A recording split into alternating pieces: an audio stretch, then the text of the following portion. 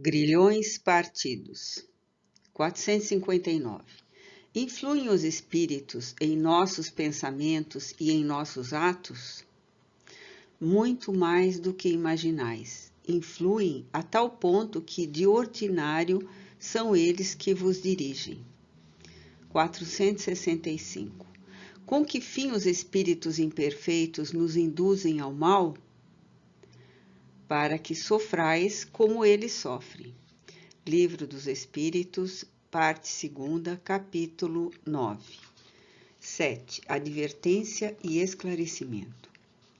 A entrevista mantida pelo coronel Santa Maria com o diretor da Casa de Saúde deixara no esculápio as vibrações da cólera mal contida.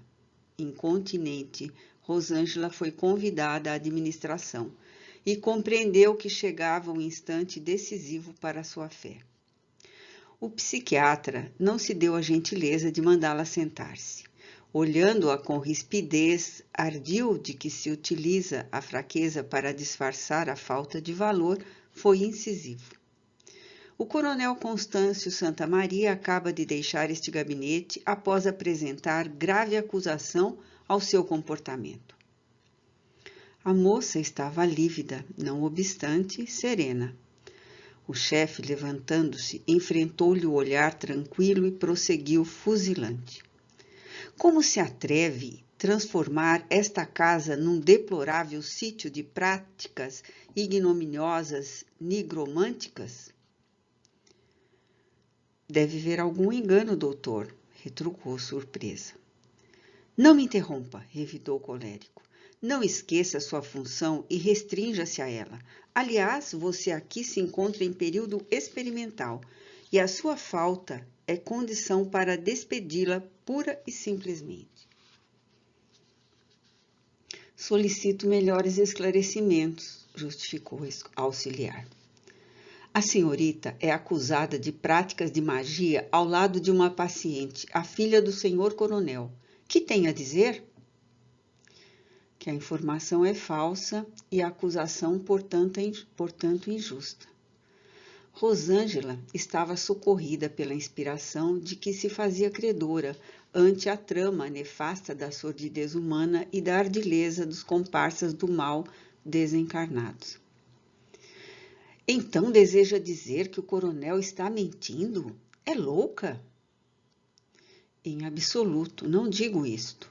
Assevero que jamais me afeiçoei a qualquer prática desabonadora à minha dignidade, muito menos em relação a magias que desconheço inteiramente. No entanto, é metida em espiritismo, filiada a esse círculo de loucos desnaturados? O doutor está equivocado. Sou espírita, sim, aliás, com imensa honra, o que é perfeitamente permitido pelas leis do país, constituindo uma admirável filosofia de vida e religião consoladora. Quanto à alegação de que o espiritismo é um círculo de loucos, desejava indagar ao senhor diretor qual a religião que professam os internados nesta casa?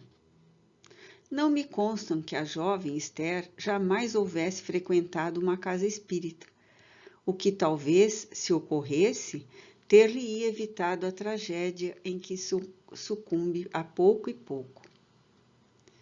Além de desequilibrada, é atrevida. Desculpe, doutor, sou convicta da fé que esposo e minha conduta é irrepreensível. Se os meus serviços não servem a este nosocômio, não há por que transformá-los em problema. Porém, não cabe silenciar diante de acusação improcedente. Confio em Deus e sei que o Senhor é portador de excelentes dotes do sentimento, do caráter, da razão. Havia nobreza e coragem nas afirmações da jovem. Colhido de surpresa pela argumentação da auxiliar, o diretor administrativo sentou-se, desenovelando-se dos fluidos mefíticos que lhe obliteravam o discernimento e acerenou-se. O Dr. Newton Silva era homem judicioso. dedicado à direção da casa, não se transformara no mercador da saúde.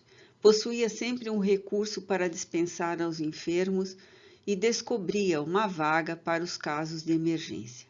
Aplicava a psicoterapia do sorriso e do bom humor, fazendo-se amar por todos, funcionários, serviçais, colegas, enfermeiros. Naquela manhã, no entanto, atritara no lar, experimentando singular aborrecimento, que aumentara com a visita do coronel Santa Maria, sua primeira entrevista do dia. Não era religioso, e isso exibia com orgulho. No entanto, era cortês, gentil homem. Fora vítima do cerco das entidades infelizes que se compraziam na cobrança à família do coronel e se desforçavam em Esther. Não era a primeira vez, como de fácil entendimento, estando ele em função relevante. O mesmo ocorria a outros colegas que nem sempre suportavam as constrições, sucumbindo desastrosamente. Olhou então a moçoila frágil à sua frente, dependente do trabalho honrado que conseguira fazer-se estimar em pouco tempo por quantos privavam de sua companhia. Como a desculpar-se, esclareceu. O coronel proíbe-a de acercar-se da filha. Quer dar-me a sua versão do caso? Serei sucinta, esclareceu Rosângela. Afeiçoei-me a Esther desde que a vi. Aliás, dedico-me ao trabalho com carinho e sou partidária da teoria de que o amor muito consegue, quando falham outros recursos. Após observá-la demoradamente, considerando as lições do Espiritismo no capítulo das obsessões, resolvi, com permissão do Dr. Gilvan de Albuquerque, o meu benfeitor, e do senhor conhecido, solicitar uma entrevista ao senhor coronel, dando-lhe minhas desvaliosas, porém honestas impressões sobre o problema psíquico da filha. Nem sequer me ouviu, impedindo-me, de certo modo, concluir o desejo de sugerir-lhe a terapêutica espírita simultaneamente a que vem sendo tentada neste respeitável frenocômio. E qual seria, interrompeu-a algo zombeteiro, frequência dele e da senhora a uma sociedade espírita, ajudando a filha com orações e, a posteriori, com labores desobsessivos. E crê você realmente em orações, em labores desobsessivos? Rosnou sorrindo largamente. Sem dúvida, anuiu imperturbável. Não apenas creio, como sou testemunha dos seus resultados surpreendentes. Junto a nevropatas, arengou, perspicaz, escarnecedor, sugestionados, místicos? Não somente com esses, refutou Gentil. Muitos dos quais nada houveram conseguido em tratamentos longos, quão inócuos, porquanto a sua enfermidade não procedia exclusivamente da psique, mas do espírito, doente em si mesmo, quando não perturbado por outros espíritos. Outros pacientes desenganados, portadores de diagnose depressiva, esquizofrênica, recuperaram a lucidez ante os meus olhos, por serem realmente obsessos em trânsito provacional. Minha jovem, não esqueça que sou ateu e psiquiatra, arremeteu o finalista.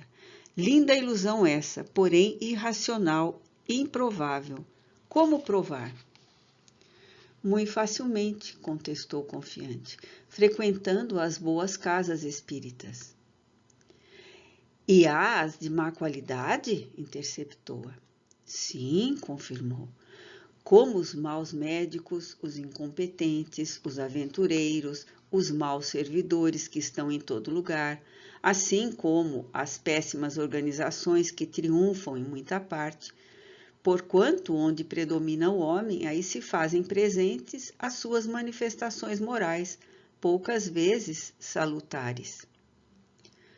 Mas, se não creio em Deus e considero toda essa gente uns psicopatas perigosos, não crer em Deus é mal para o Senhor, uma vez que não aceita uma realidade Tal não lhe modifica a estrutura. Quanto à consideração final, se não me engano, até há pouco, os partidários da escola fisiológica agrediam rudemente os profitentes da psicologia. Não vão longe os dias em que Pasteur, Broca, Huygens, Jackson e outros eram tidos por loucos, inclusive o eminente Pinel. Sábios e cientistas de todas as épocas não se puderam libertar da alcunha, pois é muito mais fácil atacar o que se ignora do que estudá-lo, azucrinar os trabalhadores do que fazer-lhes as tarefas, perseguir os idealistas do que erguer-se do comodismo a fim de ultrapassá-los. Não, o doutor, com sua licença, não está bem informado. As caóticas opiniões que lhe chegaram são defeituosas, resultado do preconceito e da má vontade.